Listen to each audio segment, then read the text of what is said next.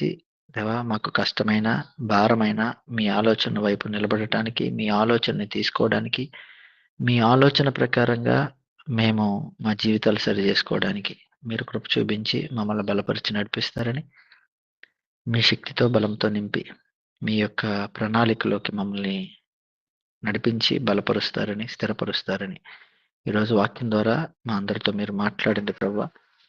ఈ వాక్యాన్ని బట్టి దేవా మీ నామానికి మహిమకరమైన విధంగా ఇక్కడున్న వింటున్న వారందరూ మార్చబడాలి. అట్టి కృపనివ్వండి. అలాగే ప్రభువా మాట్లాడుతున్న నన్ను మరుగు చేయండి నాయన.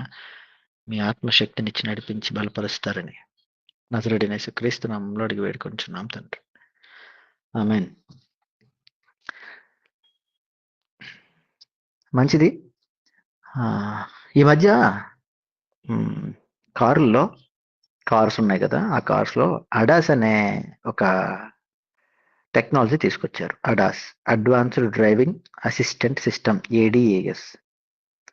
దాని ద్వారా ఏమవుద్దంటే, మనం డ్రైవింగ్ చేస్తున్నప్పుడు అడాస్ సిస్టమ్ ఆన్ చేస్తే గనక కారు దానంతట అదే డ్రైవ్ చేసుకుంటా వెళ్తది. ఈ టెక్నాలజీని ఫస్ట్ టెస్లా కారులో, యూఎస్‌లో ఉన్న కంపెనీ ఎలాన్ మస్క్‌ది టెస్లా అనే కారులో ఇంట్రడ్యూస్ చేశారు. దానిలో అడ్వాన్స్డ్‌గా ఉంటది. ఎంత అడ్వాన్స్డ్‌గా అంటే మనం డ్రైవింగ్ కూడా చేయక్కర్లేదు. మ్యాప్ పెట్టేస్తే దాని దారి అంటే ఆ మ్యాప్‌ని ప్రకారంగా ఎదురొచ్చే వాహనం, పక్కనొచ్చే వాహనాన్ని సెన్సార్లతో వాటన్నిటిని చెక్ చేసుకుంటూ, స్టడీ చేసుకుంటూ, దానికదే డ్రైవ్ చేసుకుంటూ వెళ్ళిపోద్ది. ఇది ఇంట్రడ్యూస్ చేసినప్పుడు చాలా బావుంది. ఒక రెవల్యూషన్ అవుతది. సూపర్‌గా ఉంది అన్నారు. నిజంగానే అలా అయ్యింది. కానీ ఆ తర్వాత అనుకోని విచిత్రమైన ప్రమాదాలన్నీ జరగడానికి కారణం కూడా అయ్యింది. ఒక రకంగా. ఎందుకలా అయ్యింది అని టెస్లా కంపెనీ వాళ్ళు రీసెర్చ్ చేస్తే తెలిసిందేంటి అంటే, ఆ సిస్టమ్ సాఫ్ట్‌వేర్ ఏదైతే ఇస్తుందో, లేతే ఆర్టిఫిషియల్ ఇంటెలిజెన్స్ ఏదైతే ఇస్తుందో, దాన్ని సొంతంగా ఆలోచించుకోవడం, సొంతంగా నిర్ణయాలు తీసుకోవడం ప్రారంభించిందంట. అలా చేసినప్పుడల్లా యాక్సిడెంట్ అయింది. మనిషి కొంచెం దానికి ఒక అల్గారిథం ఇచ్చాడు, కోడింగ్ ఇచ్చాడు. దాని ప్రకారం నడవకుండా అది సొంతంగా తన నిర్ణయాలు తీసుకోవడం స్టార్ట్ అయినప్పుడు యాక్సిడెంట్ అవ్వడం స్టార్ట్ అయింది. యాక్సిడెంట్ అయ్యింది. ఎంతోమంది ప్రాణాలు కూడా కోల్పోవడం జరిగింది. ఎందుకు ఇప్పుడు ఈ ఎగ్జాంపుల్ మనకి ఎందుకు ఇది చెప్తున్నారు అని మీరు ఆలోచించకండి. ఈరోజు మనం న్యాయాధిపతుల్లో ఒక వ్యక్తి గురించి మనం ధ్యానం చేస్తాం. ఒక న్యాయాధిపతి. అతని తర్వాత ఇంక న్యాయాధిపతుల గురించి నోట్ చేయబడలేదు. ప్రజల గురించి నోట్ చేయబడింది. న్యాయాధిపతుల గ్రంథం మొత్తం 21 అధ్యాయాలు. స్టేజెస్ వైజ్‌గా మనం డివైడ్ చేసాం. మీకు గుర్తుందో లేదో. స్టేజ్ 1 ఏంటి అంటే మనకి బైబిల్ అర్థం కావటానికి, ఆ వాక్య భాగం ఈజీగా గుర్తుండటానికి ఆ విధంగా మనం మన లాంగ్వేజ్‌లో లేతే మన వాడుక భాషలోకి దాన్ని తీసుకురావడం జరిగింది. స్టేజెస్ పరంగా చూస్తే గనక మొదటి స్టేజ్‌లో దెబోరా వరకు ఒక స్టేజ్ అన్నమాట. న్యాయాధిపతి అయిన దెబోరా వరకు. అక్కడ న్యాయాధిపతిలో ఉన్న పొరపాట్లు, న్యాయాధిపతిలో ఉన్న తప్పులు అవి కనబడవు. ప్రజల్లో తప్పులే కనబడతాయి. దెబోరా తర్వాత యెఫ్తా వరకు న్యాయాధిపతి పరిపాలించినంత సేపు చాలా పరిపాలించాడు. చివరిలో ఏదో పొరపాటు చేశాడు. యెఫ్తా వరకు. ఆ పొరపాటు కనిపిస్తా ఉంటది. అంటే న్యాయాధిపతిలో పొరపాటు కనిపిస్తది. ఇప్పుడు స్టేజ్ 3 అన్నమాట. ఈ స్టేజ్ 3లో దేవుడి యొక్క ఆత్మను పొందుకొని కూడా, దేవుడి ఆత్మ నింపుదల ఉండి కూడా, లేకపోతే దేవుని ఆత్మ చేత నింపబడి ఉన్నవాళ్ళు కూడా పొరపాటు చేయటం, దాంతో పాటు వాళ్ళు కూడా పాపంలోకి వెళ్ళిపోవడం అనేది మనం చూస్తాం. అయినా గాని దేవుడు వాడుకోవడం కూడా చూస్తాం. ఈ యొక్క క్యారెక్టర్ లేకపోతే ఈ వ్యక్తి జీవితం ఒక రకంగా చూస్తే ఒక మిర్రర్ ఎదురుగా పెట్టుకొని మీరు కూర్చుంటే, ఈ 4 అధ్యాయాలు మనం చదివితే ఇదేంట్రా మన లైఫే మనకి రిఫ్లెక్ట్ అవుతుందేమో అనిపిస్తా ఉంటది. అద్దం ముందు కూర్చుని నిన్ను నువ్వు చూసుకుంటే ఎలా ఉంటదో, మనం ఈరోజు ధ్యానం చేయబోయే వ్యక్తి యొక్క లైఫ్ అట్లాగే ఉంటది. కారణం ఏంటి అనేది మనం చూద్దాం. 12వ అధ్యాయం 10వ వచనం వరకు పోయిన వారం మనం ధ్యానం చేసాం. 7వ వచనం వరకు. అక్కడ ఎవరుంటారంటే యెఫ్తా ఉంటారు. ఆ యెఫ్తా గురించి మనం స్టడీ చేసాం. ఇప్పుడు ఇంకొక నలుగురు న్యాయాధిపతులు. నలుగురే, ఎక్కువ మంది ఏం కాదు. ఈ నలుగురిలో ఒక ముగ్గురు గురించి ఎక్కువ రాయబడల.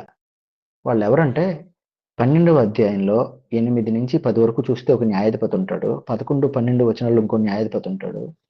13వ 13వ వచనం దగ్గర నుంచి 15వ వచనం వరకు ఇంకో న్యాయాధిపతి ఉంటాడు. ముగ్గురు అనమాట.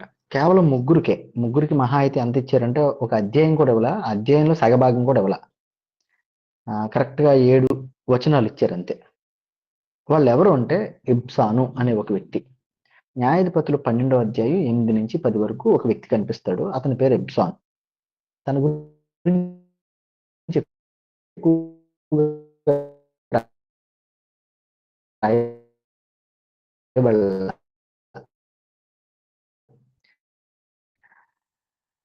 కానీ ఒకటి మాత్రం మనకు కనబడుద్ది. ఏ శత్రువు వచ్చాడు అనేది రాయబడలేదు అందులో.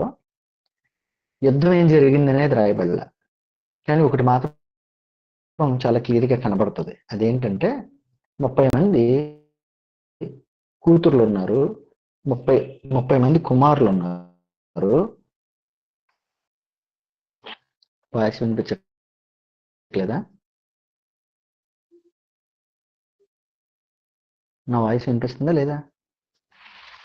బ్రేక్ అవుతుందన్నా.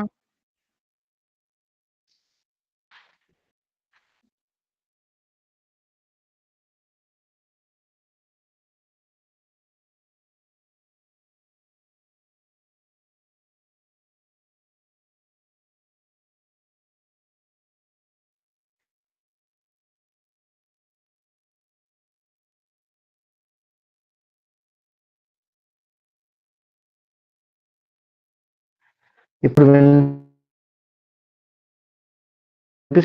ఒకసారి చెప్పండి కొంచెం.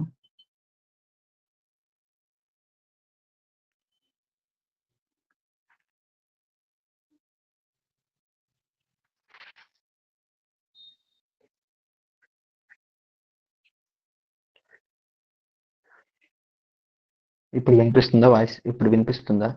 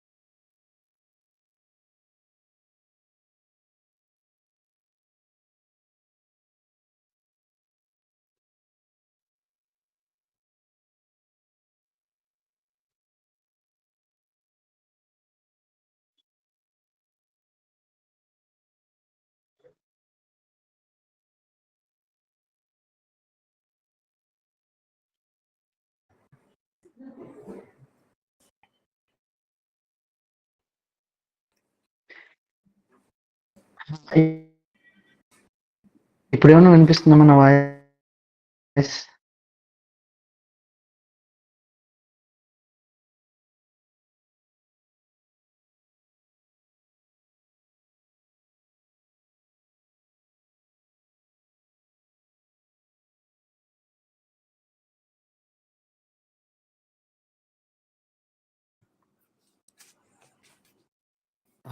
దీనిలోంచి వినిపిస్తుందా నా వాయిస్?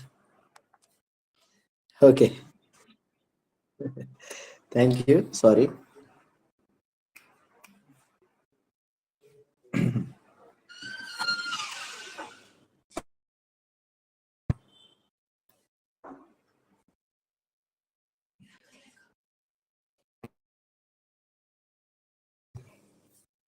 సారీ, కొంచెం టెక్నికల్ ఇష్యూ అది. సరే, 12వ అధ్యాయం మనం చూస్తే కనుక 12వ అధ్యాయంలో మీకు ఎప్సాను అనే వ్యక్తి కనిపిస్తాడు. ఈ వ్యక్తి యుద్ధం కనిపించదు ఆ వ్యక్తి లైఫ్లో. నెక్స్ట్ శత్రువు కూడా కనిపించడు. శత్రువు పేరు రాయబడలా, యుద్ధం జరిగినట్టు కూడా మనకి అక్కడ ఉండదు. కానీ 30 మంది కుమారులు, 30 మంది కుమార్తెలు ఉన్నట్లుగా కనిపిస్తుంది మనకి. అయితే ఎందుకు ఆ సందర్భాన్ని రాశారు అనేది మనం చూస్తే, అతడు ఆ కుమార్తెలను తన వంశమున చేరని వారికిచ్చి తన వంశమునకు చేరని 30 మంది కన్యకలను తన కుమారులకు పెండ్లి చేశాను. అంటే ఏం చేశాడో తెలుసా? పెళ్లి చేసి శాంతిని నెలకొల్పాలి అనుకున్నాడు. శత్రువులు ఉంటారు కదా చుట్టూ, ఆ శత్రువులు విషయంలో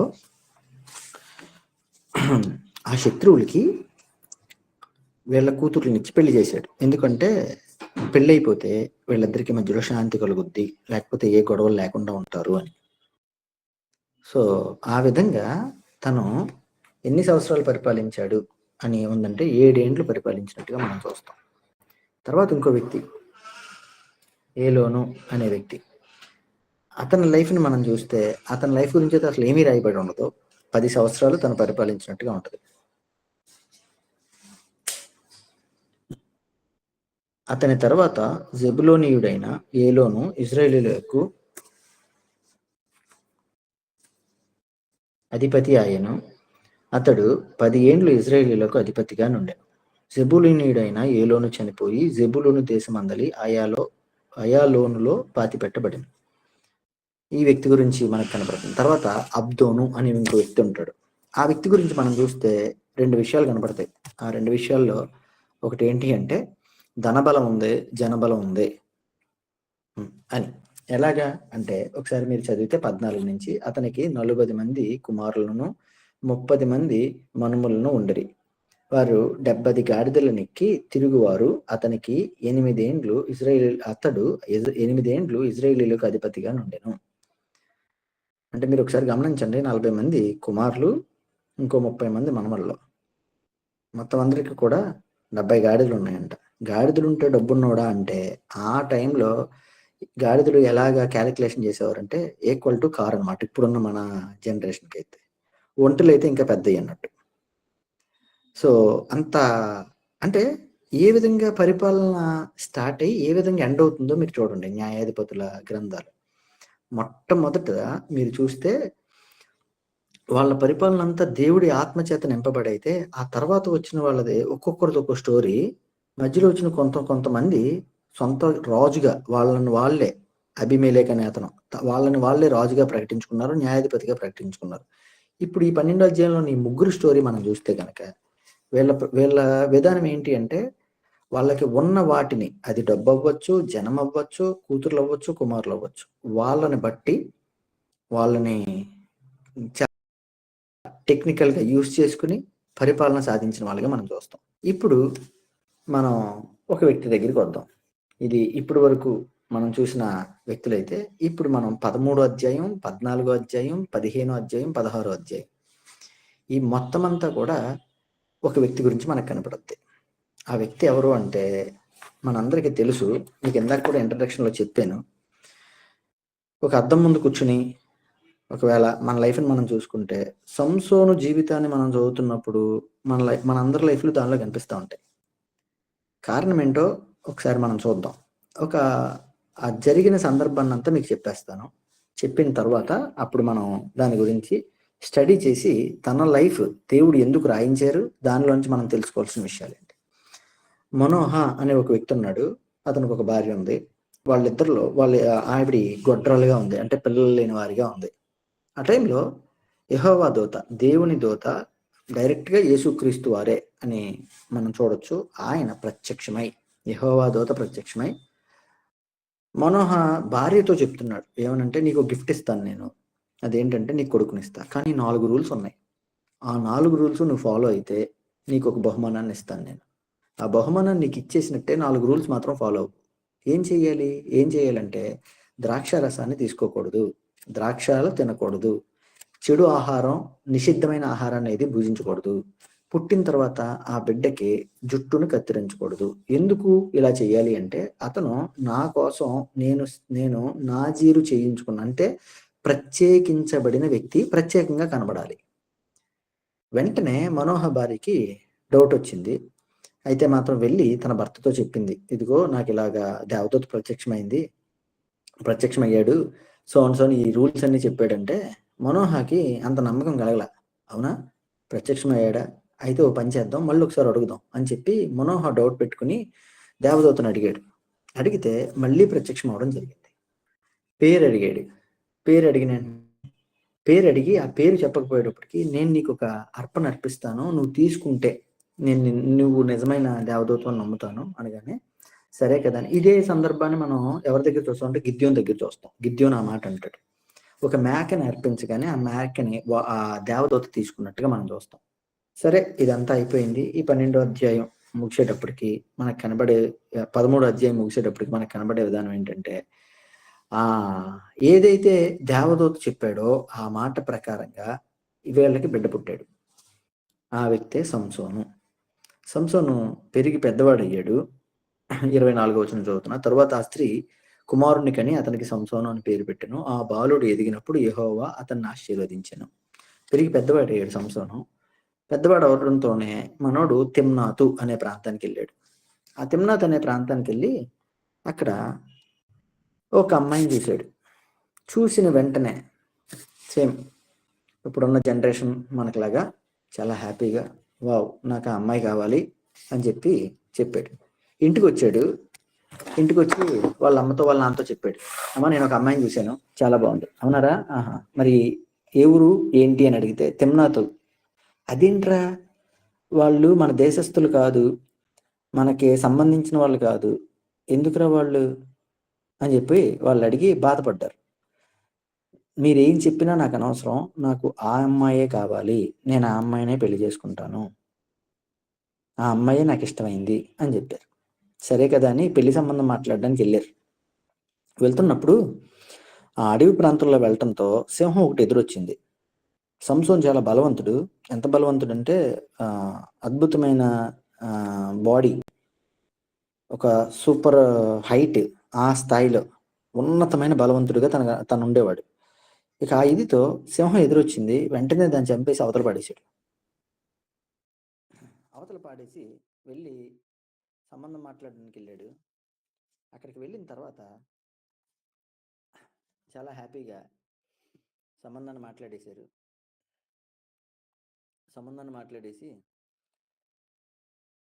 రిటర్న్ జర్నీ అయ్యారు. రిటర్న్ జర్నీలో ఆకలేసింది. ఆకలేయడంతోనే ఏమున్నాయని వెతికాడు. ఏదైతే చంపేశాడో ఆ సింహం శరీరం కుళ్ళిపోయి దానిలో తేనె పట్టింది. ఇంక వెంటనే ఆ తేనెని తీసుకొచ్చాడు. తను తిన్నాడు. తను తినడంతో పాటే వాళ్ళ అమ్మకి వాళ్ళ నాన్నగారికి ఇచ్చారు. అదేంటో విచిత్రంగా వాళ్ళ అమ్మ నాన్నగారు ఎవరో కూడా, అరే ఇది ఎక్కడ సంపాదించారో ఇంత త్వరగా అని అడగల. ఎందుకు ఇది ఈ భాగాన్ని రాశారు అంటే గనక, దేవుడు చాలా క్లియర్గా చెప్పేశారు. ఏమనంటే, అపవిత్రమైన దాన్ని తినకూడదు నువ్వు తన కడుపులో ఉన్నంతసేపు అని. బయటకు వచ్చిన తర్వాత కూడా అలాగే ఉండాలని చెప్పాడు. ఇక్కడ మనం ఒక భాగాన్ని మనం గమనిస్తే గనక, కడుపులో ఉన్నంతసేపు దేవుడు చాలా జాగ్రత్తగా కాపాడాడు. బయటకు వచ్చిన తర్వాత తన్ను తాను కాపాడుకోలేని సంసోన్ని మనం చూస్తాం. తన మాటకి ఎదురు చెప్పలేని తల్లిదండ్రులను మనం చూస్తాం. సో అయిపోయింది, ముగ్గురు తిన్నారు, వెళ్ళిపోయారు. మళ్ళీ వెళ్ళిపోవడంతోనే మళ్ళీ ఈ ప్రాంతానికి ఏదైతే తను భారీగా స్వీకరిద్దాం అనుకున్నాడో అక్కడికి వచ్చాడు. అక్కడికి వచ్చి అక్కడ మంచిగా పార్టీ చేసుకుందాం నిర్ణయించుకున్నారు. ఆ పార్టీలో మనోడు నా గొప్ప ఏంటో చూపించాలి అనుకున్నాడు. గొప్ప ఏంటో చూపించాలి అనుకున్నప్పుడు చాలా అద్భుతంగా ఒక పొడుపు కథ అడిగాడు. ఆ పొడుపు కథ ఏంటంటే, తన సింహం దగ్గర నుంచి తేనె తీసుకున్నాడు కదా, దాన్నే ఒక పొడుపు కథ కింద అడిగాడు. అరే మీరు గెలిస్తే మీరు సూపర్ రా, లేకపోతే ఒకవేళ మీరు గెలిస్తే మీకు నారబట్టలు ఇస్తాను, అంటే అప్పట్లో చాలా కాస్ట్లీ అనమాట, ఈ లెనిన్ క్లాత్ అంటాను చూసారా, అట్లాంటి క్లాత్, నారబట్టలు ఇస్తాను అని చెప్పి అన్నాడు. దాదాపుగా అక్కడ 30 మంది ఉన్నారు యవనస్తులు. వాళ్ళందరూ కూడా చాలా ప్రయత్నం చేశారు అదేంట్రా అని చెప్పి, కానీ ఎవరో గెలవలేకపోయారు. ఈ గెలవలేకపోయేటప్పటికి వాళ్ళకి ఒక ఐడియా వచ్చింది. ఓ పని చేద్దాం, ఈ విషయాన్నంతా తన భార్యకి తెలిసే ఉంటది కదా, ఓ పని చేద్దామని తన భార్యని చాలా జాగ్రత్తగా భయపెట్టో లేకపోతే బతిమలాడో, మొత్తానికి ఏదో విధంగా తన భార్యను బట్టి ఆ విషయాన్ని తెలిసేసుకున్నారు. వెంటనే వచ్చి, అదేంటో కాదు, నువ్వు అడిగిన పొడుపు కథకి అర్థం ఏంటంటే సింహం అని చెప్పారు. వెంటనే సంసోను గమనించాడు, ఈ విషయం నా భార్యని అడగకపోతే మీకు తెలియదయ్యా, మొత్తానికి చెప్పారు, సర్లే అని చెప్పి వెంటనే ఆ చెప్పారనే కోపంతో, తన గొప్ప నిలబడలేదనే కోపంతో వెళ్ళి ఒక 30 మంది డబ్బున్న వారిని చంపేసి వాళ్ళ దగ్గర ఉన్న నారబట్టలు తీసుకొచ్చి వాళ్ళకి ఇచ్చేసాడు. వాళ్ళు ఫిలిస్తీన్లు. ఎప్పుడైతే అలా చేశాడో సంసోన్ని పగ తీర్చుకోవాలి అని తిరగడం వాళ్ళు ప్రారంభించారు.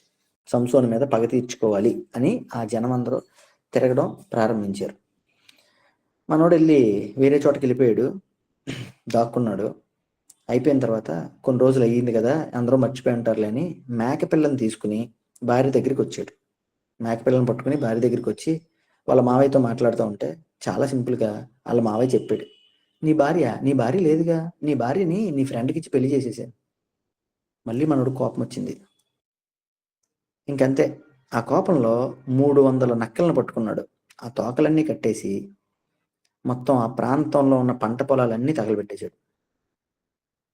ఎప్పుడైతే ఈ పని చేశాడో శత్రువులకు చాలా కోపం వచ్చింది, ఫిలిస్తీన్లకు చాలా కోపం వచ్చింది. వెంటనే వాళ్ళ మావయ్యని భార్యని చంపేశారు. సంసోను మళ్ళీ వెళ్ళి దాక్కోవడం ప్రారంభించాడు. ఇది 15వ అధ్యాయం దాకా వచ్చాం మనం. ఎప్పుడైతే ఈ పని చేశాడో ఇజ్రాయేలీలు సంసోన్ని వెతకడం ప్రారంభించారు. ఎందుకంటే ఫిలిస్తీన్లందరూ ఇజ్రాయేలీలు భయపెట్టారు. ఆ టైంలో సంసోన్ ఒక కొండ ప్రాంతంలో దాక్కుంటే ఫిలిస్తీన్లందరూ అక్కడికి వచ్చారు. అక్కడికి వస్తే తినకున్న కోపానికి, తినకున్న బలానికి ఒక పచ్చి గాడిద ఎముకని పట్టుకుని దాదాపుగా ఆ ఎముకతోనే 1000 మందిని చంపేశాడు. ఆ చంపే పోరాటంలో తనకి దాహం వేసింది. వెంటనే దేవుణ్ణి వేడుకున్నాడు, ఈ భారాన్ని లేకపోతే ఈ యొక్క ఆ యుద్ధంలో నేను గెలిచాను కానీ, అంతమందిని చంపాను కానీ నాకు మాత్రం దాహం వేస్తుంది అని చెప్పి అడగగానే దేవుడు తనకు సహాయం చేశాడు. ఒక గోతిని చేల్చగానే అక్కడి నుంచి నీళ్లు ఉబికినాయి అంట. ఆ నీళ్లు తాగడంతోనే అతను 20 సంవత్సరాలు న్యాయాధిపతిగా ఉన్నాడు. చాలా అద్భుతంగా 20 సంవత్సరాలు పరిపాలించాడు. దేవుణ్ణి అడిగాడు, 20 సంవత్సరాలు పరిపాలించాడు. ఇదంతా జరిగి 20 సంవత్సరాలు అయ్యే లోపల మనోడు మళ్ళీ వేరే ప్రాంతానికి వెళ్ళాడు. మనోడు మళ్ళీ సేమ్ మొదట చేసిన తప్పే చేశాడు. అదేంటంటే ఒక వేష్యం చూశాడు, ఆ అమ్మాయిని మోహించాడు. చూడటం ఒక స్టెప్ అయితే మోహించడం రెండో స్టెప్. ఎప్పుడైతే ఇది జరిగిందో శత్రువులకు దొరకడం ప్రారంభమైంది. శత్రువులకు తెలిసింది మనోడి వీక్నెస్ ఏంట్రా అంటే అమ్మాయిలు, స్త్రీలు. ఇంకంతే, వీడు ఎక్కడ ఉంటాడని వెతకడం ప్రారంభించారనమాట శత్రువులందరూ. ఆ అమ్మాయి ఇంటి చుట్టూ తిరిగారు. ఆ అమ్మాయికి చాలా విషయాలు చెప్పారు. నువ్వు అవకాశం ఇస్తావా అతను పట్టుకోవడానికి, అతనిలో ఉన్న బలం ఎక్కడ ఉంది అని చెప్పి అడగడం ప్రారంభించారు. మొత్తానికి కష్టపడి దెలీలా అనే అమ్మాయి సంసోని యొక్క విషయంలో తన బలం ఎక్కడుందో కనిపెట్టి ఆ వ్యక్తులందరికీ చెప్పేసింది. వెంటనే శత్రువులందరూ చుట్టుముట్టారు. తన రహస్యం తెలిసిన వెంటనే, ఆ రహస్యాన్ని తను తొలగించిన వెంటనే శత్రువులందరూ వచ్చి తిన్నే తాడులు పెట్టి బంధించేసి వాళ్ళు ఏదైతే దేవుడిని పూజిస్తున్నారో ఆ గుడికి తీసుకెళ్లి ఆ గుడిలో ఉన్న ఒక ప్రాంతంలో కట్టేశారు. కట్టడంతోనే కాదు, తన కన్నుల్ని పీకేశారు, సంఖ్యలతో బంధించారు, ఫైనల్గా పప్పు రుబ్బించారు. నిజంగానే తిరగరలు రుబ్బాడు అని ఉంటుంది అక్కడ. అందరూ కూడా నువ్వు పెద్ద బలవంతుడు వంటగా, నువ్వు గొప్పోడు వంటగా, నువ్వు దేవుడి చేత ఎన్నుకోబడి పుట్టినవాడు వంటగా అని చెప్పి ఎగతాళి చేయడం ప్రారంభించారు, పరిహాసం చేయడం ప్రారంభించారు. 2 స్తంభాలకు కట్టేశారు. ఇక తనకి ఏం చేయాలో తెలియలా. బాధలో చివరిసారి ఏడుస్తూ దేవుడిని అడిగాడు, నన్ను ఒక్కసారి నువ్వు బలపరుస్తావా ప్రభువా, ఒక్కసారి బలపరిస్తే నేను వీళ్ళందరికీ నా తరపున, నాకు జరిగిన అవమానం తరపున వీళ్ళందరికీ నేను తీర్పు తీరుస్తాను అని అడగడంతోనే దేవుడు ఆ చివరి టైంలో చేసిన ప్రార్థన ఆలకించాడు. అక్కడ రాసి ఉంటుంది ఒక మాట, సంసోను తన జీవితంలో కోపం వచ్చినప్పుడు, బాధ కలిగినప్పుడు, తన బంధువులు లేకపోతే తన వారు చచ్చిపోయినప్పుడు ఫిలిష్తీయుల్ని సంహరించాడు. తన జీవితంలో తన ఎమోషన్ని ఆధారం చేసుకుని ఫిలిష్తీయుల్ని సంహరించిన దానికన్నా కళ్ళు పోయినప్పుడు, శక్తి అంతా పోయినప్పుడు, ఒక చోట బంధించబడిపోయి ఉండిపోయినప్పుడు దేవుణ్ణి అడిగినప్పుడు తను సంహరించిన ఫిలిష్తీయులు తన జీవితంలో తన జీవితం అంతటి మించి జనాన్ని, ఫిలిష్తీయుల్ని తను చంపడం జరిగింది. ఇది సంసోన్ జీవితం. సో ఏంటి సంసోన్ జీవితంలో ఉన్న లోపం ఏంటి? సంసోన్ జీవితంలో ఉన్న ప్లస్ పాయింట్ ఏంటి? ఇది మన జీవితానికి ఏ విధంగా ఉపయోగపడుతుంది? అసలు న్యాయాధిపతులు చరిత్రలో సంసోను లైఫ్ అనేది ఒక డిఫరెంట్ అనమాట. కంప్లీట్గా మిగిలిన వాళ్ళందరితో పోల్చుకుంటే డిఫరెంట్. ఎందుకో తెలుసా? మీరు గమనించండి, ఏ ఒక్కరిని కూడా దేవుడు ప్రతిష్ఠించి జన్మని ఇచ్చినట్టుగా మనం చూడం. ఇది న్యాయాధిపతుల లైఫ్లో మిగిలిన వాళ్ళందరి విషయాన్ని గమనిస్తే ఒకే ఒక్క వ్యక్తి సంసోను. తన తల్లి గర్భంలో ఉండగానే తన తల్లికి జాగ్రత్తని చెప్పి దేవుడు పుట్టించాడు అతన్ని. 4 రూల్స్ క్లియర్గా చెప్పేశాడు. ఆ 4 రూల్స్ ఏంటో ఒకసారి చూద్దాం. 13వ అధ్యాయం 4వ వచనం. కాబట్టి నీవు జాగ్రత్తగా ఉండి ద్రాక్షారసమునే గాని మద్యమునే గాని త్రాగకుండుము, అపవిత్రమైన దేనినైనా తినకుండుము. నీవు గర్భవతివై కుమారుని కందువు, అతని తల మీద మంగలి కత్తి వేయకూడదు. 4 రూల్స్. ద్రాక్షరసమును ముట్టకూడదు, మద్యాన్ని తాకూడదు, అపవిత్రమైనది ఏది తినకూడదు, తన తల మీద మంగళ కత్తి వేయకూడదు. ఇవి రూల్స్. మీరు గమనిస్తే సంసోను జీవితంలో 4 సార్లు తన పై స్థాయికి వెళ్తాడు, 4 సార్లు పడిపోతాడు. 4 రాంగ్ స్టెప్స్ వేస్తాడు, 4 రైట్ స్టెప్స్ వేస్తాడు. ఈ 4 మీద నడుస్తుంది తన లైఫ్ అంతా. దేవుడేమో 4 రూల్స్ పెట్టాడు. ఇన్ఫాక్ట్ మీరు గమనిస్తే మనోహ తన భార్య అంటే సంసోను వాళ్ళ అమ్మగారు చాలా జాగ్రత్తగా ఆ సంసోను కడుపులో ఉన్నంతసేపు, తను యవ్వనస్తుడు అయ్యేంత వరకు చాలా జాగ్రత్తగా పెంచింది. మరి సంసోను లైఫ్ లో మొట్టమొదటి తప్పు దేని ద్వారా జరిగింది? దేని వల్ల పడిపోయాడు? మొట్టమొదటి 14వ అధ్యాయం 1వ వచనం ఎవరన్నా చదువుతారా? సంసోను తిమ్నాతునకు వెళ్ళి తిమ్నాతులో ఫిలిష్తీయుల కుమార్తెలలో ఒకటిని చూచెను. అతడు చాలు. ఫస్ట్ రాంగ్ స్టెప్ ఏంటో తెలుసా? రాంగ్ ప్లేస్కి వెళ్ళాడు, రాంగ్ అమ్మాయిని చూశాడు, రాంగ్ ప్లేస్కి వెళ్ళాడు. తిమ్నాతు వీళ్ళ ప్రాంతం కాదు. ఇన్ఫాక్ట్ ఫిలిష్తీయులు తిమ్నాతులో ఉంటారు. దేవుడు సంసోను ఎందుకు పుట్టించాడు? ఫిలిష్తీయులందరినీ చంపడానికి, ఫిలిష్తీయుల నుంచి ఇజ్రాయేలీని కాపాడడానికి. కానీ మనోడు మళ్ళీ ఎక్కడికి వెళ్ళాడు? అదే ప్రాంతానికి వెళ్ళాడు. శత్రువుల ప్రాంతానికి వెళ్ళి శత్రువుల అమ్మాయిని చూడడం తప్ప అంటే ఫస్ట్ అది కాదు తప్పు. రాంగ్ ప్లేస్ లోకి వెళ్ళడం తప్పు. రాంగ్ ప్లేస్ లోకి వెళ్ళిన తర్వాత ఆటోమేటిక్ గా అక్కడ రాంగే జరుగుద్ది. తప్పు ప్లేస్ లోకి వెళ్తే తప్పే జరుగుద్ది.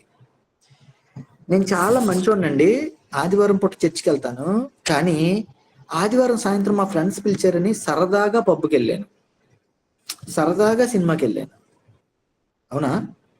మీరు గమనించండి, మీ లైఫ్లో మ్యాక్సిమం మన లైఫ్లో మనకి రాంగ్ ఫ్రెండ్స్ ఎక్కడ కనెక్ట్ అవుతారో తెలుసా? రాంగ్ ప్లేస్లో నుంచే కనెక్ట్ అవుతారు, రైట్ ప్లేస్లో నుంచి కనెక్ట్ అవ్వరు. సంసోన్ పరిస్థితి అదే. సంసోన్ లైఫ్లో ఫస్ట్ రాంగ్ స్టెప్ ఎక్కడంటే తప్పు ప్లేస్లోకి వెళ్ళడం, రాంగ్ ప్లేస్లోకి వెళ్ళడం, రాంగ్ అమ్మాయిని చూడటం, తప్పు ప్లేస్లోకి వెళ్ళడం, తప్పు ప్లేస్లో ఒక అమ్మాయిని చూడటం. దీనిలో ఒక మాట సంసోన్ అంటాడు. ఆ మాట మనం కూడా చాలాసార్లు వాడతాం, అందుకని అది చూస్తే బాగుంటది. 3వ వచనం.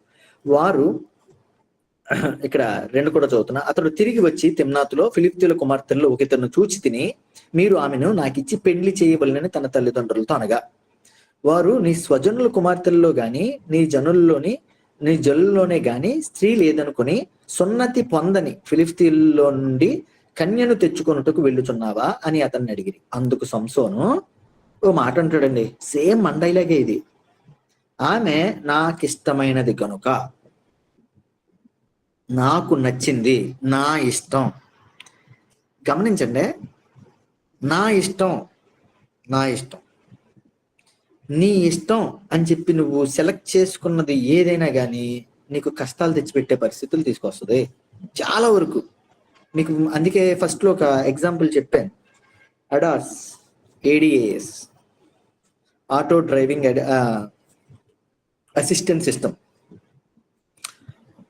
టెస్లా కార్లో అది ఇంట్రడ్యూస్ చేసినప్పుడు చాలా బాగుంది. దానికి అది పనిచేసినంత వరకు, అంటే దానికి ఇచ్చిన ఆ కోడింగ్ ప్రకారంగా, ఆల్గరిథం ప్రకారంగా పనిచేసినంత వరకు సూపర్ గా ఉంది. ఎప్పుడైతే అది దాని సొంత నిర్ణయాలు తీసుకుందో జనం ఎవరిని ప్రాణాలతో ఉంచలా.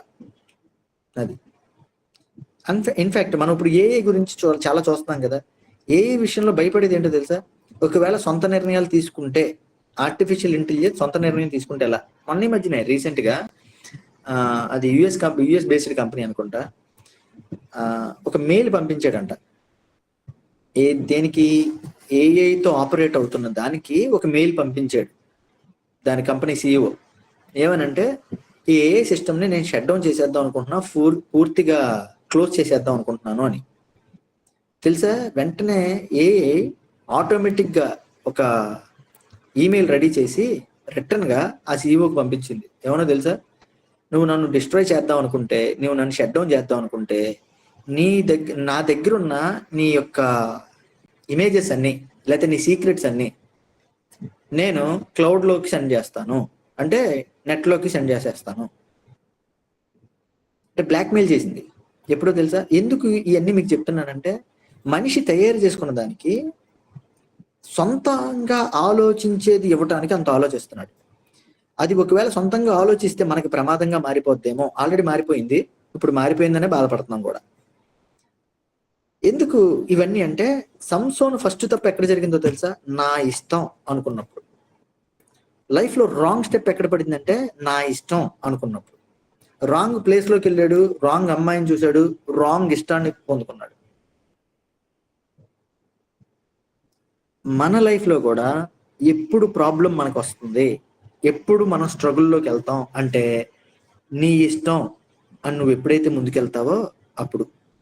గమనించండి, నీ దగ్గర ఒక కారు ఉంది, నువ్వు డ్రైవ్ చేస్తున్నప్పుడు అది వెళ్ళింది అనుకోండి, నీ రూల్ ప్రకారంగా అది డ్రైవింగ్ కి తగినట్టుగా వెళ్తే అది కరెక్ట్ రూట్ లో వెళ్తుంది, ఎందుకంటే నువ్వు లీడ్ చేసేది నువ్వు కాబట్టి. అలా కాదని దానికి అదే డ్రైవ్ చేసుకుంటే, దానికి అదే ముందుకెళ్తే ఏమవుద్దో తెలుసా? నీ మాట వినకపోతే ఏమవుద్దో తెలుసా? దాని ఇష్టం అనుకుంటూ ముందుకెళ్తే ఏమవుద్దో తెలుసా? ఎందుకు ఈ మాట చెప్తున్నానంటే, నీ లైఫ్ నీది కాదు, దేవుడు నీకు ఇచ్చింది. సో నీకు ఏదన్నా అనిపించింది అనుకో, ప్రభా ఇది నీకు ఇష్టమేనా, ఇది నాకు మంచిదేనా, మనం దేవుని దగ్గరికి వెళ్ళి దేవుడిని అడగాలి. మనం చాలా వరకు మన లైఫ్ లో తీసుకునే నిర్ణయాలు, నాకు అది నచ్చింది, అది మంచిది అనిపించింది అని తీసుకుంటాం. కానీ ఏమవుతుందో తెలుసు? ఎందుకంటే బైబిల్లో మాట ఉంటుంది, మన హృదయమే మనల్ని మోసం చేస్తుందంట. హృదయం చాలా మోసకరమైంది, మన హృదయమే మనల్ని మోసం చేస్తుంది. గమనించండి, మన టేస్టులు ఎన్నో ముందు తీసేసుకునే తర్వాత అంతెందుకు, చిన్నప్పుడు కొన్ని వీడియోస్ కొన్ని ఫొటోస్ తీసుకుంటాం, లేకపోతే కొన్ని ఏమన్నా పనులు చేస్తాం, ఆ వీడియోస్ మళ్ళీ చూడండి, ఏమనిపిస్తుంది తెలుసా? మీకే చచ్చా ఏంటి నేను ఇలా చేశానా, చచ్చా నేనేంటి ఇలాగ మాట్లాడానా, నేనేంటి ఈ టేస్ట్తో ఉన్నానా. ఇప్పుడు ఆ టేస్ట్ నీకు నచ్చదు, ఒకప్పుడు నీకు ఇష్టమే కానీ ఇప్పుడు అది నీకు ఇష్టం కాదు. ఒకప్పుడు అది నీకు మంచిది అనిపించింది కానీ ఇప్పుడు నీకు అది మంచిది కాదనిపించింది. సో మన ఇష్ట ప్రకారం వెళ్తే మనమే తర్వాత దాన్ని కాదనుకునే టైప్ మనం. మరి దేని ప్రకారం వెళ్ళాలి? వాక్యానుసారంగా మన ఇష్టాన్ని సెలెక్ట్ చేసుకుంటే నీకేది మంచిదో అది దేవుడు నీకు ఇస్తాడు. కొంచెం వెయిట్ చేస్తే మంచిది దేనికైనా కానీ. ఇది మొదటిది. అయితే రెండోది ఏంటో తెలుసా? 14వ అధ్యాయం 12వ వచనం ఒకసారి తెద్దామా? 14వ అధ్యాయం 12వ వచనం. అప్పుడు సంసోను, మీకు ఇష్టమైన యెడల నేను మీ ఎదుట ఒక విప్పుడు కథను వేసేదను. రిటారికల్ క్వశ్చన్స్ అంటారు అనుకుంటే వీటిని. ఎందుకు ఈ భాగం మనం గుర్తు చేసుకోవాలంటే, రాంగ్ ప్లేస్ లో, తప్పు ప్లేస్ లో, రాంగ్ ప్లేస్ లో రాంగ్ టాలెంట్ ని చూపిద్దాం అనుకున్నాడు. మనం కూడా చాలాసార్లు అదే చేస్తాం, అందుకనే గుర్తు చేస్తున్నాను. ఫస్ట్ ఏంటి, రాంగ్ ప్లేస్ లో రాంగ్ అమ్మాయిని చూశాడు. ఆ ప్లేస్కి వెళ్ళడమే తప్పు, ఇంకోటి చూడడం తప్పు. రెండో పాయింట్ ఏంటంటే, రాంగ్ ప్లేస్ లోకి వెళ్ళాడు, అక్కడ టాలెంట్ చూపిద్దాం అనుకున్నాడు. అవసరం మనోడికి, అక్కడే చూపించాడు. అక్కడ చూపించడంతో ఏమైంది అంటే, ఆ క్వశ్చన్ కి ఆన్సర్ చెప్పేటప్పటికి తను ఒక బ్యాడ్ వర్క్ చేయాల్సిన పరిస్థితి వచ్చింది. ఆ బ్యాడ్ వర్క్ ఏంటో తెలుసా? 30 మందిని చంపాల్సి వచ్చింది. ఆ 30 మందిని చంపిన ఆ నారబట్టలు తీసుకుని గెలిచిన వాళ్ళకి, తిన్న మీద గెలిచిన వాళ్ళకి ఇవ్వాల్సి వచ్చింది. ఒక రకంగా చెప్పాలంటే రాంగ్ ప్లేస్ లో రాంగ్ టాలెంట్ చూపించాడు, అవమానపడి నోరు మూసుకుని రావాల్సి వచ్చింది. అది గమనించండి. మన లైఫ్ లో కూడా మన టాలెంట్ ని ఎక్కడ వాడాలో అక్కడ వాడం. మనకున్న దేవుడిచ్చిన ఆ జ్ఞానాన్ని ఎక్కడ వాడాలో అక్కడ వాడం. ఏ పనిలో వాడాలో ఆ పనిలో వాడం. పనికిమాలిన పనుల్లో వాడతాం, పనికొచ్చే పనుల్లో మనం వాడం. మన లైఫ్కి అది ఒక జాబ్ అవ్వచ్చు, లేకపోతే అది నువ్వు ఎదగడానికి ఉపయోగపడే చదువు అవ్వచ్చు, లేకపోతే నువ్వు నేర్చుకోవడానికి ఉపయోగపడే విషయం అవ్వచ్చు. అక్కడ వాడం. అక్కడ భయం మనకి, అక్కడ మనం అడ్డం పెట్టుకునేది భయం అనే పదం. మరి ఎక్కడ వాడతాం?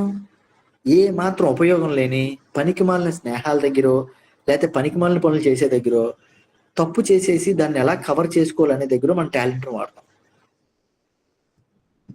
గమనించండి, అది కరెక్ట్ కాదు. దానివల్ల ఏమవుద్ది అంటే మళ్ళీ నువ్వే శ్రమ పడాల్సి వస్తుంది. టైం అయిపోతుంది, కొంచెం ఫాస్ట్గా వెళ్తాం. తర్వాత మీరు చూడండి 15వ అధ్యాయం 2వ వచనం. ఈ సందర్భం మీకు ఆల్రెడీ చెప్పాను కాబట్టి చదువుతున్నా. ఆమె తండ్రి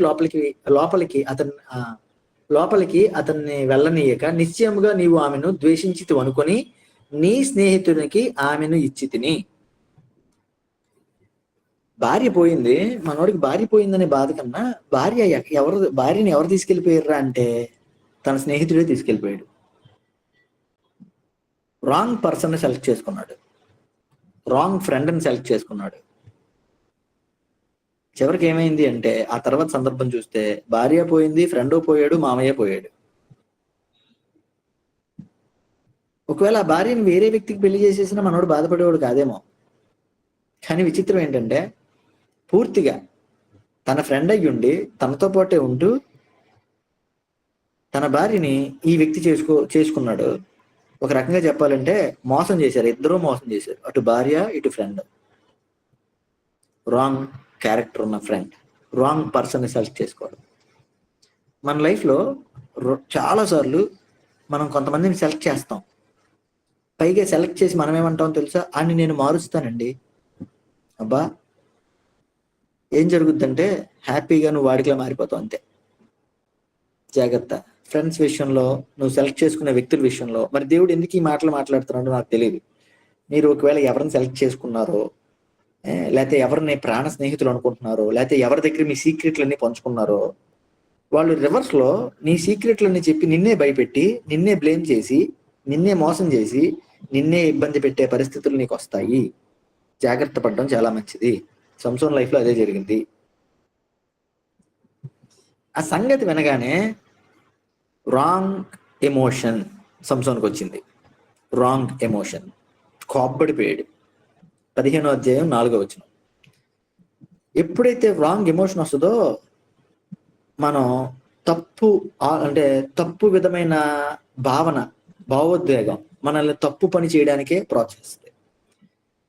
మన లైఫ్ లో మన భావోద్వేగాలు అయితే ఎమోషన్స్ దేని మీద డిపెండ్ అయ్యి ఉండాలి అంటే దేవుడికి అవకాశం ఇస్తూ మౌనంతో ముందుకు సాగాలి. నీకు వచ్చిన ఏ ఎమోషన్ అయినా అవ్వచ్చు, దేవుడికి అవకాశం ఇచ్చి ఆలోచించాలి. తనకి కోపం వచ్చింది, 300 నక్కలను తీసుకున్నాడు, మొత్తం ఆ తోకలు అంటించాడు, పొలాలన్నీ తగలబెట్టాడు.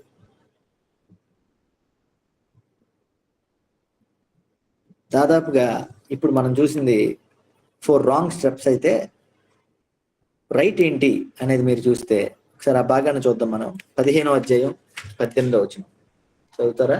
చదవనా? అప్పుడు అతడు మిక్కిలి దప్పిగొనినందున యెహోవాకు మొరపెట్టి, నీవు నీ సేవకుని చేతి వలన ఈ గొప్ప రక్షణను దయచేసిన తరువాత నేనిప్పుడు దప్పిగొని చేతను చచ్చి సున్నతి పొందని వారి చేతిలో నుండి పడవలెనా అని వేడుకొనగా దేవుడు ఎలోహీలోనున్న ఒక గోతిని చీల్చెను. దాని నుండి నీళ్లు బయలుదేరెను. అతడు త్రాగిన తరువాత ప్రాణము తెప్పరిల్లి బ్రతికెను. కాబట్టి చాలండి, దాని చాలు చాలు. గమనించండి, ఇక్కడ మొత్తం అయిపోయిన తర్వాత అప్పుడు దేవుడి దగ్గరికి వచ్చాడండి. మంచి పని చేశాడు, కానీ అంత అయిపోయిన తర్వాత ఇదే పని మొదట్లో చేసుంటే తన లైఫ్ వేరేలా ఉండేది, రిజల్ట్ ఇంకోలా ఉండేది. కానీ ఆ పని చేయలే. మొత్తం అయిపోయిన తర్వాత అప్పుడు అప్పుడు మిక్కిలి దప్పికొనినందున యెహోవాకు మొర్రపెట్టి తను చేసిన మంచి పని, మొట్టమొదటి మంచి పని అదే. గుడ్ వర్క్ గుడ్ రిజల్ట్ ఇచ్చింది. గుడ్ వర్క్ గుడ్ రిజల్ట్ ఇచ్చింది. ఆ రిజల్ట్ ఎక్కడ కనిపిస్తుంది అంటే 20వ వచనం. అతడు ఫిలిష్తీయుల దినములలో 20 ఏండ్లు ఇశ్రాయేలీయులకు న్యాయాధిపతి అయి ఉండెను. ఒక్కసారి దేవుని దగ్గరికి వెళ్ళాడు. 20 years న్యాయాధిపతిగా, నాయకుడిగా ఉండగలిగాడు. అర్థమవుతుందా మీకు? 4 తప్పు పనులు, దాదాపుగా 3 తప్పు పనులు మనం చూసి ఇంకోటి చూద్దాం. మనం 3 తప్పు పనుల తర్వాత ఒక్క మంచి పని, కానీ 20 years. గమనించండి, మనం చేసే తప్పు పనిలో నుంచి వచ్చే ఆనందం చాలా లిమిటెడ్ అండి. మనం చేసే తప్పు పని, లేదా రాంగ్ ఐడియా, లేదా రాంగ్ సెలక్షన్, రాంగ్ ఎమోషన్, వీటిలన్నిటి నుంచి వచ్చేది లిమిటెడ్. నువ్వు చేసే మంచి పని నుంచి, దేవుడు అనుకున్న పనిలో నుంచి నువ్వు చేసేది ఉంటుంది చూసావా, దానికి వచ్చేది చాలా ఎక్కువ టైం ఉంటుంది. నీకు చాలా మంచి ఆనందాన్ని ఇస్తుంది, నీకు చాలా మంచి రిజల్ట్ ఇస్తుంది నీకు. సంసోన్ లైఫ్ లో అదే జరిగింది. ఒక్క ప్రార్థన తన లైఫ్ ని 20 years నాయకుడిగా లీడ్ చేసే స్థాయిలోకి తీసుకెళ్ళిపోయింది. కానీ తెలుసా, ఇంత గొప్పగా వాడుకున్న తర్వాత కూడా తను మళ్ళీ తన బలహీనత ఎక్కడుందో అక్కడే పడిపోయాడు. తన బలహీనత ఏంటో అర్థమైందా మీకు? మొట్టమొదటి నుంచి తన బలహీనత ఒకటే, తన చూపు. మళ్ళీ చూద్దాం 16వ అధ్యాయం 1వ వచనం. తరువాత సంసోను గాజాకు వెళ్ళి వేశ్యనొకతను చూచి, సేమ్ 14వ అధ్యాయం మొదట్లో చదివితే మనకి అక్కడ కనిపిస్తుంది. తిమ్నాతుకు వెళ్ళి ఫిలిష్తీయుల్లో ఒక అమ్మాయిని చూశాడు. ఇక్కడ గాజాకు వెళ్ళి వేశ్యల్లో ఒక అమ్మాయిని చూశాడు. తన లోపం ఎక్కడుందిరా అంటే చూపులో ఉంది. తన బలహీనత ఎక్కడుందంటే చూపులో ఉంది. ఎందుకు ఇది మీకు జ్ఞాపకం చేస్తున్నానంటే, నాకు ఒక దగ్గర లోపం ఉండొచ్చు, మీకు ఒక దగ్గర ఉండొచ్చు, మీకున్నది నాకు ఉండకపోవచ్చు, నాకున్నది మీకు ఉండకపోవచ్చు. నేనేం చెప్తున్నానంటే, గమనించండి, ప్రతి మనిషికి ఒక బలహీనమైన ఒక సిచ్యువేషన్ ఉంటుంది, లేకపోతే ఒక ప్లేస్ ఉంటుంది. కొంతమందికి తిండి బలహీనత, కొంతమందికి చూపు బలహీనత, కొంతమందికి మాట బలహీనత, కొంతమందికి వినటం బలహీనత, కొంతమందికి ఇప్పుడున్న జనరేషన్ ప్రకారంగా, ఇప్పుడున్న విధానం ప్రకారంగా మాట్లాడుకుంటే కొంతమందికి మన చేతిలో ఉన్న మొబైల్ ఒక బలహీనత. ఆ మొబైల్లో కూడా కొంతమందికి ఇన్స్టాగ్రామ్ ఒక బలహీనత, ఇంకొంతమందికి యూట్యూబ్లో ఉన్న రీల్స్ బలహీనత, ఇంకొంతమందికి ఒకరితో చాటింగ్ బలహీనత, ఇంకొంతమందికి బ్యాడ్ వీడియోస్ చూడడం ఒక బలహీనత. నీ బలహీనత ఎప్పటికప్పుడు రిపీట్ అవుతూ ఉంటుంది. గమనించండి, దేవునితో నువ్వు ప్రార్థనలో గడుపుతున్నా నీ బలహీనత నిన్ను వెనక్కి లాగడానికి ప్రయత్నం చేస్తూ ఉంటుంది. పడిపోకుండా నువ్వు ఉండాలి అంటే నువ్వు ప్రార్థనలో ఉండాలి, దేవునితో సహవాసం కలిగి ఉండాలి. ఆ విధానం మనకు లేనప్పుడు అండి మనం డెఫినెట్లీ పడిపోతామండి. సంసోన్ అదే జరిగింది. దేవుడు నిలబెట్టాడు, నాయకుడిని చేశాడు.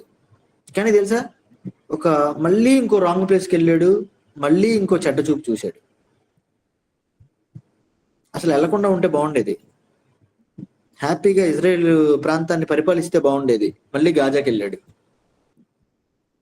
సో ఏం జరిగింది? ఎప్పుడైతే వెళ్ళాడో జరగకూడని తప్పు జరిగిపోయింది. ఆ తర్వాత ఏం జరిగింది అంటే 16:4 పిమ్మట అతడు సోరేకు లోయలోనున్న దెలీలా అను స్త్రీని మోహింపగా, ఒక అమ్మాయిని మోహించాడు. ఆ అమ్మాయితో గడిపాడు చాలా రోజులు. ఎప్పుడైతే ఈ రాంగ్ రిలేషన్ ఉంటుందో, ఈ రాంగ్ రిలేషన్లోకి వెళ్ళాడు. రాంగ్ రిలేషన్ మనకి రాంగ్ థాట్స్ని ఇస్తుంది. తప్పు సంబంధం తప్పుడు తలంపుల్ని మనకి ఇస్తుంది. 16వ వచనం చదవండి. 16వ అధ్యాయం 16వ వచనం ఎవరన్నా చదువుతారా? ఆమె మాటల చేత అతని బాధించి తొందర పెట్టుచున్నందున అతడు ప్రాణము విసిగి చావగోరెను. చాలండి. పాపం మామూలుగా చూడండి ఒకసారి. పిమ్మట అతడు సోరేకు లోయలోనున్న దెలీలా అను స్త్రీని మోహింపడం అంటే బాగా ఇష్టపడ్డాడు. ఎంతగా ఇష్టపడ్డాడు అంటే, అరే నా జీవితం ఈఎంఐ రా అనుకున్నాడు. అంతగా ఇష్టపడ్డాడు. చివరికి ఏ పరిస్థితికి వస్తాడో తెలుసా? 16 వచనాలు అయినాయి అంతే. 16 వచనాలు అయ్యేటప్పటికి మనోడు చివరి పరిస్థితి ఏంటంటే, సత్తే బాగుంటుంది బాబు నేను అనుకున్నాడు. నా ప్రాణం నేను బ్రతికుండడం వేస్ట్, దీంతో పడలేకపోతున్నాను, ఈ సంబంధం నాకొద్దు, సంబంధం వద్దు అనుకుని వెళ్ళిపోయే ఆలోచన రాలా, చచ్చిపోతే బాగుంటది అనుకున్నాడు. రాంగ్ రిలేషన్, రాంగ్ థాట్ని తీసుకొచ్చింది. ఒక్క లైఫ్ కానీ ఎన్ని పాటల్లో గమనించండి. మన లైఫ్కి కనిపించట్లేదు ఇందులో నుంచి. ఒక్కొక్కరి లైఫ్ ఒక్కొక్క సిచ్యువేషన్లో ఎక్కడో చోట తగులుతూనే ఉంటుంది మనకి. చాలాసార్లు మనం ఎలా ఆలోచిస్తాము అంటే, అబ్బే నేను చాలా మంచోడిని, నా చుట్టూ ఉన్న వాళ్ళే చెడ్డోళ్ళు, నేను చాలా మంచోడిని, నన్నే అందరూ మోసం చేస్తున్నారు, నేను చాలా మంచోడిని అని మనకి మనం గొప్పలు అనుకుంటాం. కానీ మనం ఆలోచించింది ఏంటంటే, మన తలంపులు ఎలా ఉన్నాయి, నా సెలక్షన్ ఎలా ఉంది, నేను ఎక్కడ రాంగ్ చేశాను, నా లైఫ్లో ఎక్కడ రాంగ్ జరిగింది, దాన్ని సరి చెయ్యాలి అని మనం ఆలోచించాం.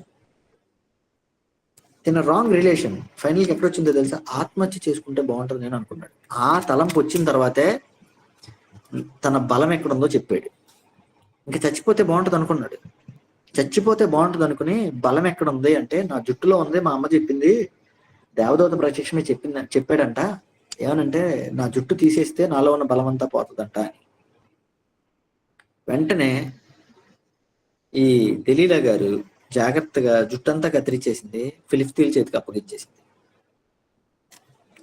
నా జుట్టులో బలం ఉందా అంటే లేదు, అది ఒక అర్థవంతంగా మనకు అర్థం కావడానికి ఆ మాట చెప్పారు. ఎలా చెప్పగలం ఇది అంటే, ఈ తర్వాత సందర్భం చూస్తే తనకి జుట్టు ఇంకా లేదు, మలుస్తుంది అని ఉంటది, అంటే స్టార్ట్ అయ్యింది, రీగ్రోత్ అనేది స్టార్ట్ అయ్యింది అని ఉంటది.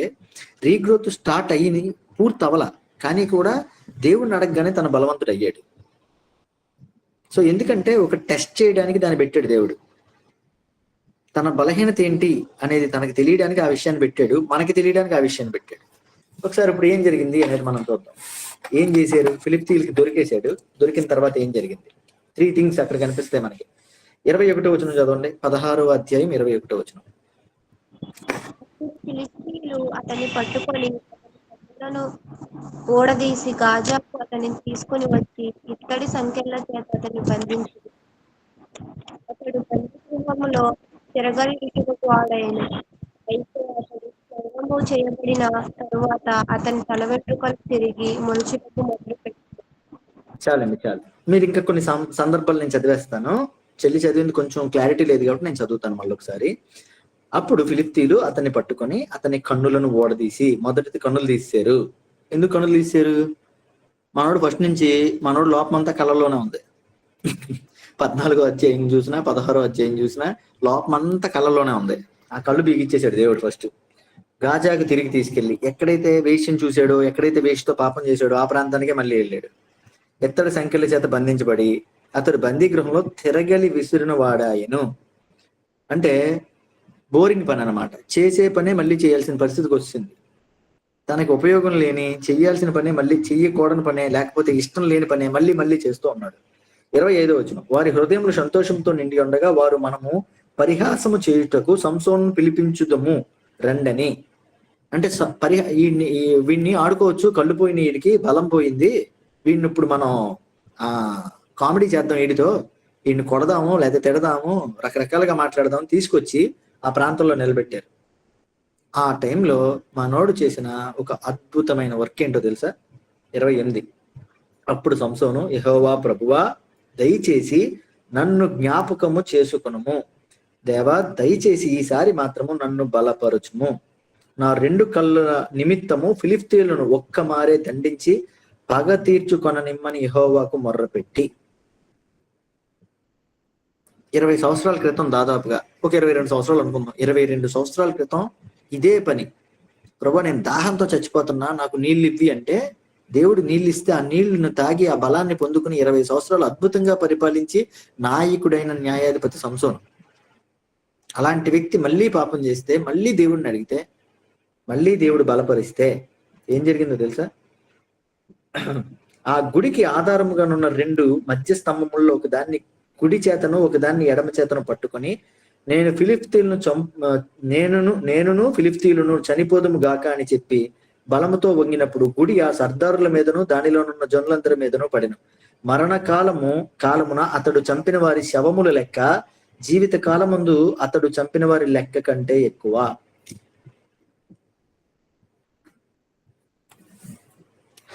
తప్పులు చేసుకుంటూ వెళ్ళాడు. తప్పు మీద తప్పు చేసుకుంటూ వెళ్ళాడు. తప్పులు చేసినంత వరకు ఏమీ సాధించలేకపోయాడు. దేని ద్వారా అయితే తప్పు చేశాడో ఆ శరీర భాగాన్ని కోల్పోయాడు, కళ్ళను కోల్పోయాడు.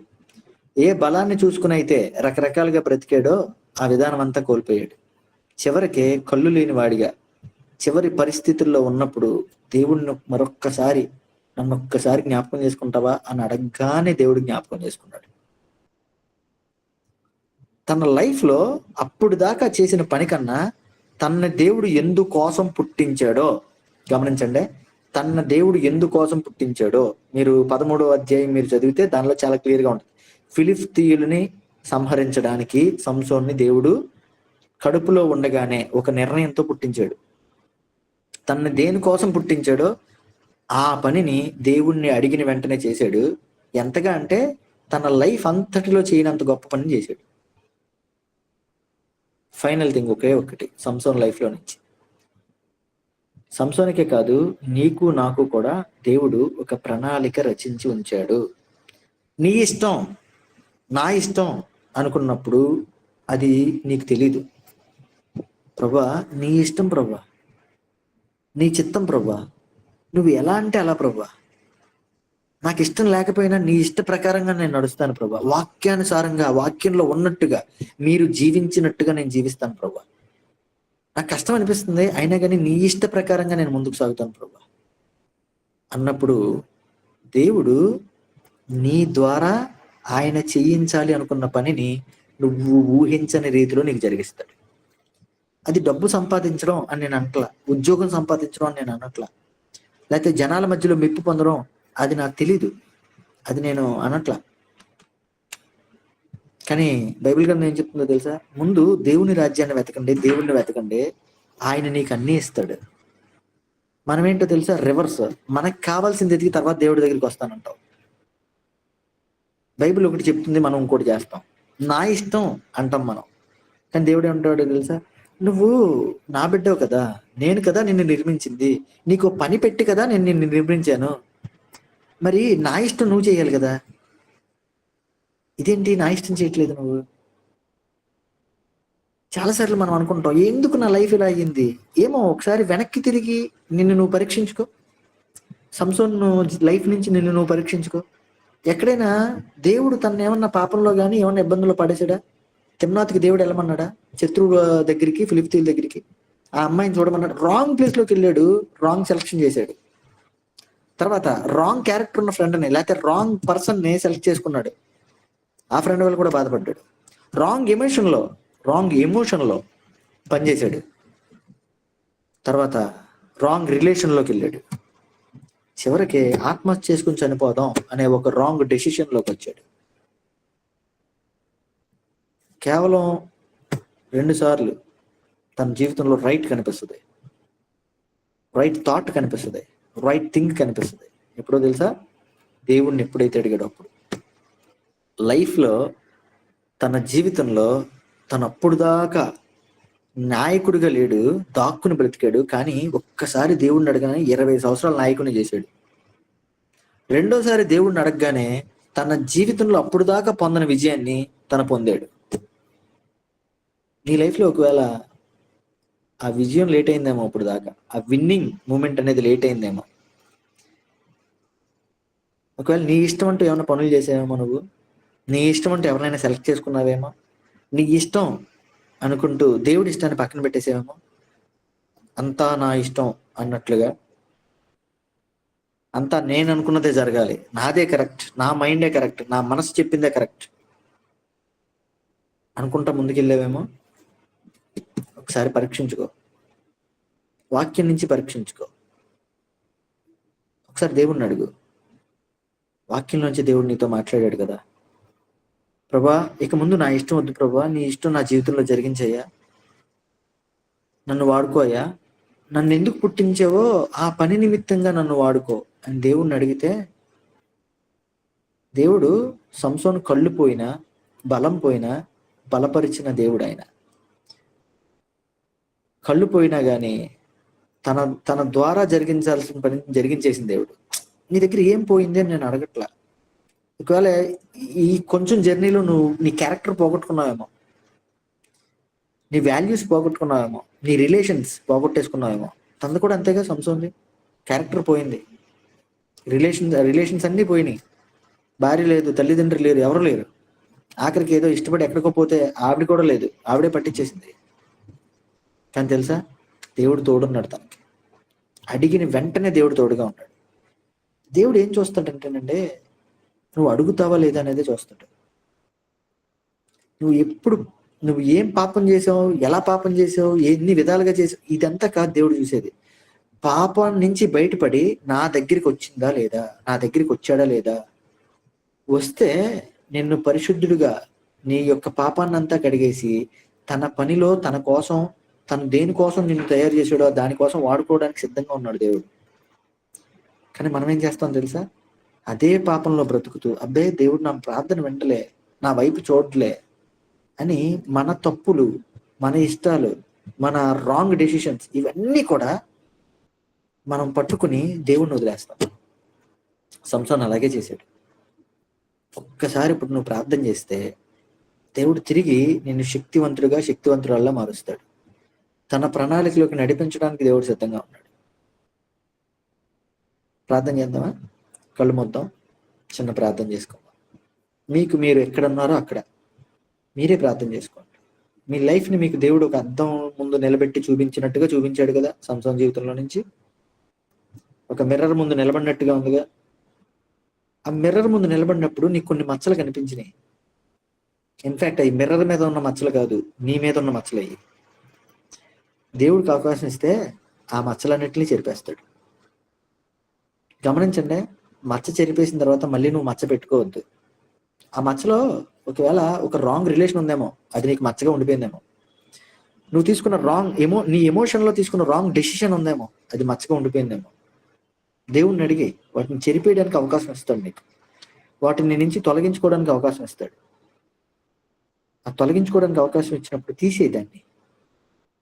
ప్రభా నాకు ఇది వద్దు, నాకు మంచి చేయదు, ఇది నాకు అర్థమైంది, ఇది నాకు ఇప్పుడు మంచిది అనిపించినా భవిష్యత్తులో మంచిది కాదు, తీసేదాన్ని. పరిశుద్ధమైన దేవా, ప్రేమగల తండ్రి, మీ నామానికి వందనాలు, స్తోత్రాలు ప్రభువా. సంసోను జీవితంలో నుంచి మాకు ఎన్నో పాఠాలు మీరు నేర్పించారు. తన జీవితాన్ని తల్లి కడుపులో ఉండగా మీరు చాలా జాగ్రత్తగా కాపాడి మీరు తయారు చేసి తనకి ఉన్నతమైన జీవాన్ని మీరు ఇచ్చారు. మంచి ఎదుగుదలను ఇచ్చారు ప్రభు. సేమ్ మాకులాగానే నాయన, మా తల్లి గర్భంలో ఉండగా మా తల్లి తండ్రి మమ్మల్ని ఎంతగానో జాగ్రత్తగా పెంచారు. యవన వయసు వరకు మమ్మల్ని చాలా జాగ్రత్తగా పెంచుకుంటూ కాపాడుకుంటూ తీసుకొచ్చారు. కానీ ప్రభువా, మా సొంత ఇష్టాలు మమ్మల్ని ఏలడం ప్రారంభించిన తర్వాత మాకు మేమే ఎన్నో ప్రమాదాలు కొని తెచ్చుకున్నాం. మాకు మేమే తప్పుడు నిర్ణయాలు తీసుకున్నాం. మాకు మేమే తప్పుడు సంబంధాలు పెట్టుకున్నాం. మాకు మేమే తప్పుడు రిలేషన్స్లోకి వెళ్ళాం. ఫైనల్గా మాకు మేమే తప్పుడు ఎమోషన్స్లోకి వెళ్ళి తప్పు విధానంలో ఫైనల్ డెసిషన్స్ తీసుకున్నాం. దేవా, దయచేసి ఈరోజు మేము అడుగుతున్నాం ప్రభువా, వాటి నుంచి మమ్మల్ని బయటికి నడిపించండి. ఒక నూతనమైన విధానంలో మమ్మల్ని దేనికోసం మీరు జీవాన్ని ఇచ్చారో, దేనికోసం మమ్మల్ని సృజించారో ఆ పని నిమిత్తంగా ఆ ప్రణాళికలోకి మమ్మల్ని నడిపించండి. వచ్చిన ప్రతి బిడ్డతో మీరు మాట్లాడినందుకు వందనాలు. వారందరిని ఇంకా బలపరచండి ప్రభువా. దేవా, ఒక్కొక్కరికి ఒక్కొక్క ప్రత్యేకమైన ప్రణాళిక మీ ఆలోచనలో ఉంది. దాన్ని తెలుసుకోవడానికి మేము ప్రార్థనలోనూ వాక్యంలోనూ ముందుకు సాగే భాగ్యాన్ని ఇవ్వండి. మీ కృపా కనికరాలు మేము పొందుకుంటూ మీ యొక్క ప్రణాళికలో మేము బ్రతకాలి ప్రభువా. అట్టి కృపనివ్వండి. మా ఇష్టం కోసం కాదు, మా ఇష్టంతో కాదు నాయన, మీ ఇష్టం ప్రకారంగా మేము బ్రతికి మా జీవితాల్లో నుంచి మీ నామానికి మహిమకరమైన కార్యాలు చేయాలి. వాక్యం చెప్తున్నట్టుగా ప్రభా పైనున్న వాటిని మేము వెతికేలాగా, మీ ఆలోచన వెతికేలాగా మేము ఉండాలి. అప్పుడు మాకు అన్నీ మీరు సమకూరుస్తారు, అన్నీ అనుగ్రహింపచేస్తారు.